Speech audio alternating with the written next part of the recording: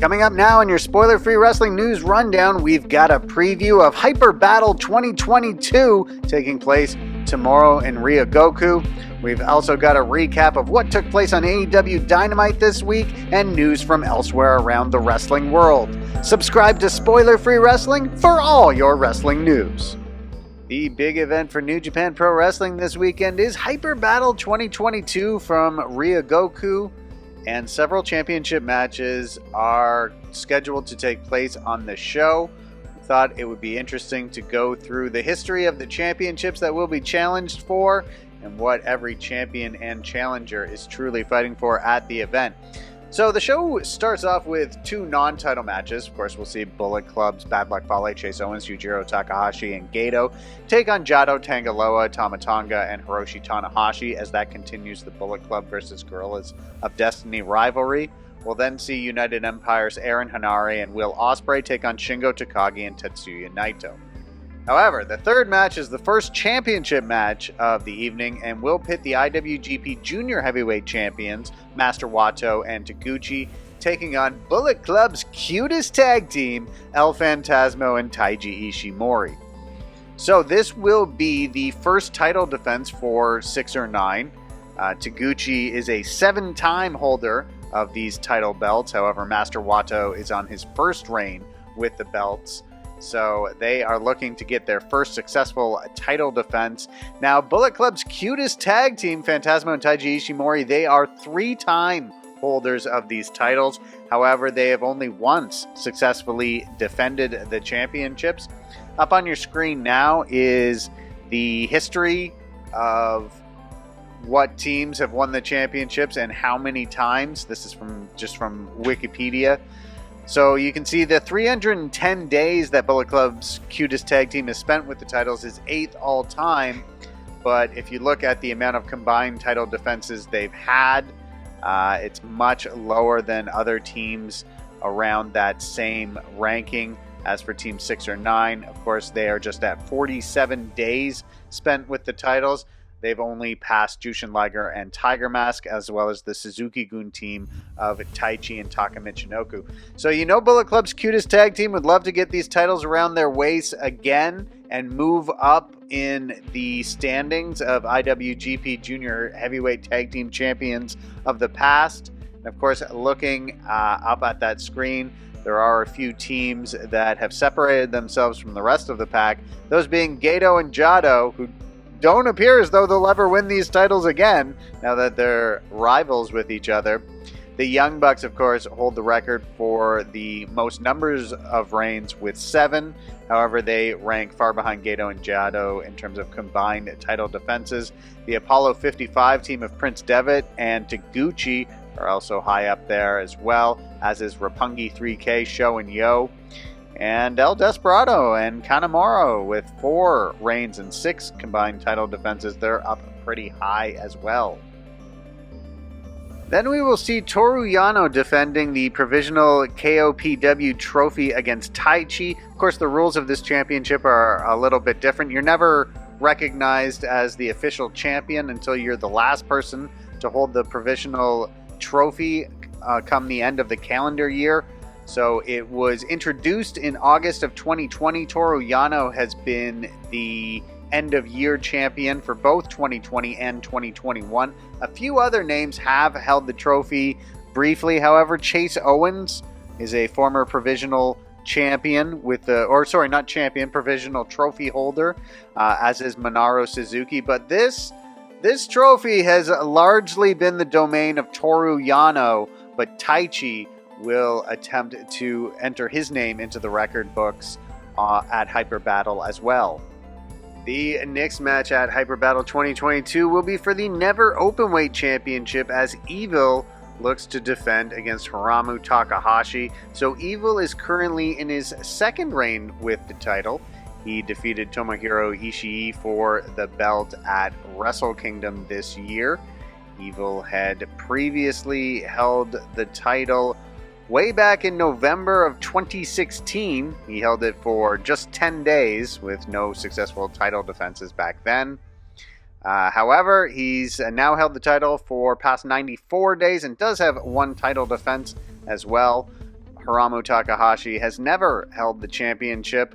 He did defeat Evil in the New Japan Cup last month, however.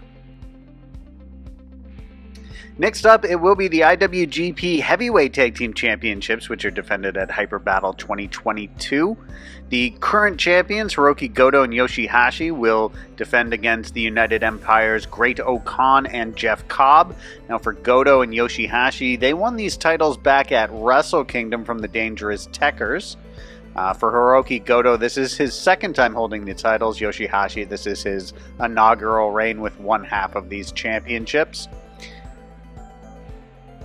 And if you look at the list of former champions up on your screen now, you'll see that Tenzan and Chono have held the titles for longer than anybody else. But if you add up the number of reigns and the combined title defenses, nobody has more victories in IWGP Heavyweight Tag Team Championship matches than the Gorillas of Destiny, Tama Tonga and Tangaloa.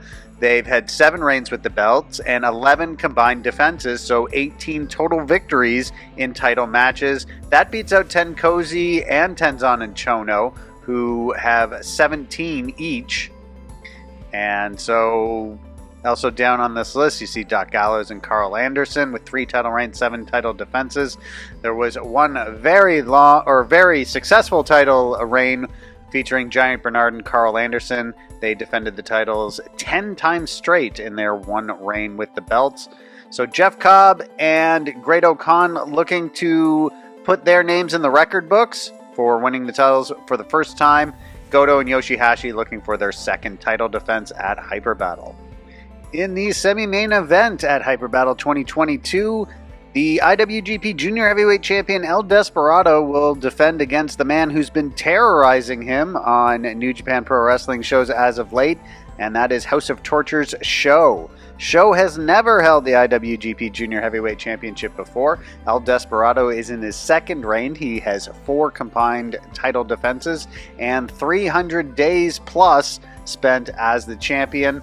So in terms of days spent with the title, he could crack the top 10 in a little over a month, but in terms of combined title defenses, he's still got a ways to go to get into the upper echelon of former junior heavyweight champions. Of course, nobody is going to catch Jushin Liger, who had 11 different reigns with the title, 31 combined title defenses, and 2,245 days spent as champion. Prince Devitt doesn't even come close to getting half of those numbers, and he's in the number 2 position. So, in terms of more modern day, however, I guess you could say that the current generation Hiromu Takahashi is the leader with 4 title reigns and 8 combined defenses.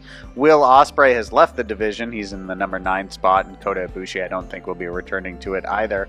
So El Desperado looking to move up in terms of modern day IWGP Junior Heavyweight Champions, and Sho is looking to etch his name in the record books as a one-time champion.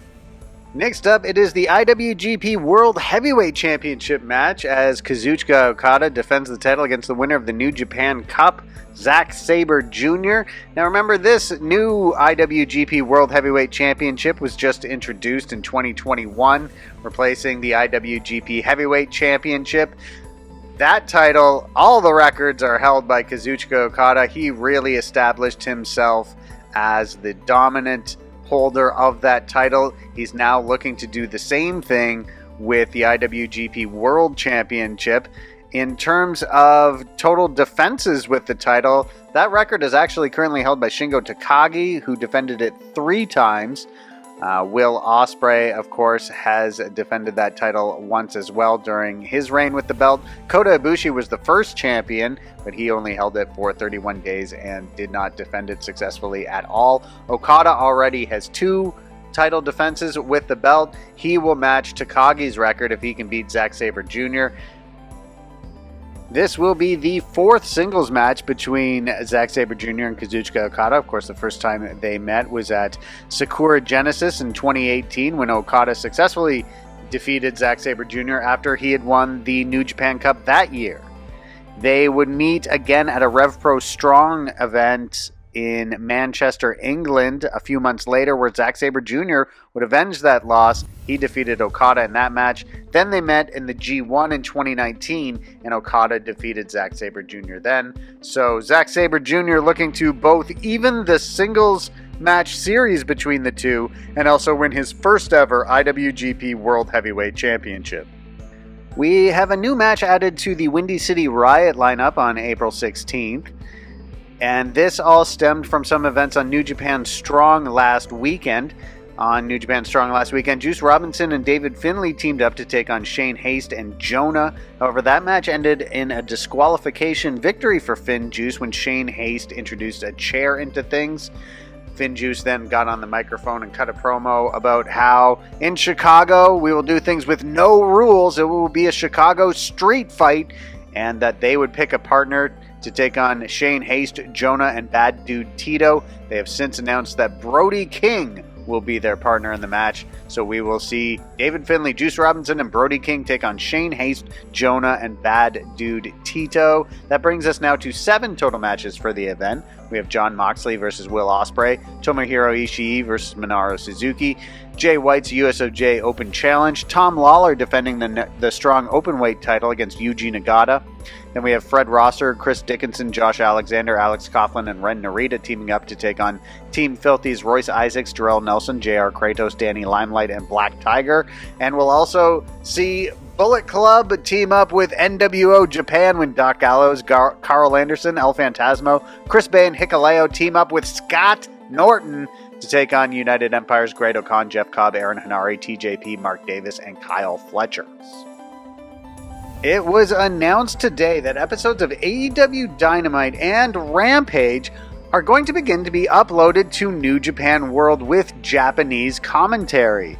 This is at no additional cost to New Japan World subscribers. I think this is very interesting, a very interesting development in the relationship between AEW and New Japan Pro Wrestling. So now fans in Japan will be regularly watching AEW wrestling. Could that lead to more wrestlers from AEW coming to New Japan Pro Wrestling in Japan?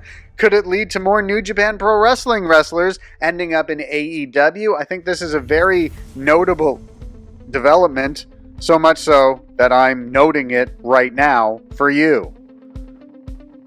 AEW Dynamite this week took place in Boston at the Agganis Arena. Here is everything that you need to know about these tapings. It kicked off with Adam Cole defeating Christian Cage in singles action. Cole gained the victory after poking Christian in the eye and then hitting the boom, the running knee drop to the back of the head.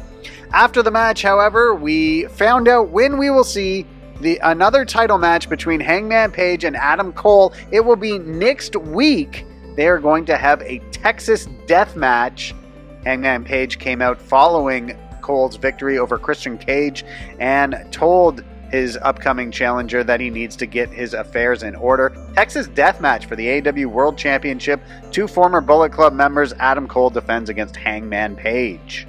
Second match of the evening was an Owen Hart tournament qualifier pitting the debuting Samoa Joe against Max Caster. Samoa Joe would pick up the victory with a muscle buster, qualifying him for the tournament. However, after the match, we saw a video featuring Jay Lethal and Sanjay Dutt, who had turned heel at ROH Supercard of Honor. And Joe is one of the trainers of Lethal. And Lethal said he was upset that Joe had not been returning his calls. He said that Joe evidently only returns phone calls from billionaires. Lethal and Dutt said that they have a surprise for Joe in store next week. We also saw a match between Shawn Dean and Shawn Spears from the Pinnacle. You might remember not long ago, Shawn Dean actually defeated Maxwell Jacob Friedman via disqualification when CM Punk interfered with the specific intent of causing MJF to lose the match via DQ, so he would not move into title contention. So we saw Shawn Dean actually pick up a victory over Shawn Spears here, so he's got 2 wins over the Pinnacle now. Now, the end of this match saw Wardlow, who is in storyline under contract to MJF, and MJF is paying him to just stay at home, but Wardlow keeps showing up to the arena.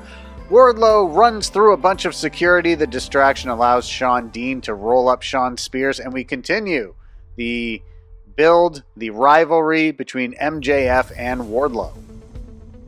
There was an interview segment with Eddie Kingston, Santana, and Ortiz, and we knew that the Jericho Appreciation Society was not going to interfere in this match because we saw them drive away in a backstage video that aired earlier in the show. Kingston challenged Jericho's crew to a 6-man tag next week and said that Kingston was going to beat them Butch Reed / Junkyard Dog style because they're going to be in New Orleans next week. We then saw a table match pitting the Hardys against the Butcher and the Blade, and it would be Matt and Jeff Hardy who would pick up the victory. The rules here were that both members of the team had to go through it, had to be an offensive maneuver that put the person through the table. And despite the fact that Jeff Hardy had been eliminated from the match, he would put the Blade through a set of 2 tables with a Swanton Bomb, and that somehow won the match for the Hardys. Afterwards, however, the Andrade family office walked to the ring, but Sting and Darby Allin cut them off, and Andrade used the bunny as a shield to stop Sting from attacking him. In a Women's Owen Hart Foundation tournament qualifier, we saw Hikaru Shida defeat Julia Hart, and Julia Hart continues to undergo a personality change after Malachi Black sprayed black mist in her face. You could see a little bit of dark grayish skin color coming out from under the eye patch this week, wondering if we are getting a little bit closer to finding out what is going on underneath that eye patch that Julia Hart has. But Hikaru Shida was able to defeat Julia Hart with the Falcon Arrow. After the match, Serena Deeb's music played, and she tried to attack Shida from behind with a chair. However, Shida had it scouted out, and Deeb ended up retreating. So we will probably get yet another match between Hikaru Shida and Serena Deeb sometime soon, which of course I'm fine with because Serena Deeb is an amazing wrestler, and Hikaru Shida is quite good as well. Then in the main event, we saw FTR defend both the ROH and the AAA Tag Team Championships against the Young Bucks. Just the second time that these two teams have squared off. And it would be FTR picking up the victory over the Young Bucks after several near falls, several false finish scenarios. So now these two teams are tied at 1 win apiece in their all-time series against each other, and so we have to wonder when we get that third match and what titles would potentially be on the line when we do. All right, looking at what is coming up in AEW for Rampage tonight, we will see Jon Moxley versus Wheeler Yuta. We will see Bryan Danielson versus Trent Beretta. In an Owen Hart tournament qualifier match, we'll see Red Velvet take on Willow Nightingale. We'll also see Swerve Strickland take on QT Marshall. Then for next week, we will see an AEW World Tag Team Championship match as Jungle Boy and Luchasaurus will take on Red Dragon. And we'll also see Eddie Kingston, Santana, and Ortiz versus the Jericho Appreciation Society. Then on Rampage, I think I said this was going to happen on Dynamite earlier. It actually takes place on a live Rampage, which will take place April 15th. It will be a Texas Deathmatch, Hangman Page versus Adam Cole. And then Battle of the Belts is Saturday, April 16th. Announced for that show so far is Thunder Rosa defending the AEW Women's World Championship against Nyla Rose. And that's going to do it for this video, everyone. We will be back on Monday, and we'll talk all about what happened at Hyper Battle 2022. Subscribe to Spoiler Free Wrestling for all your wrestling news.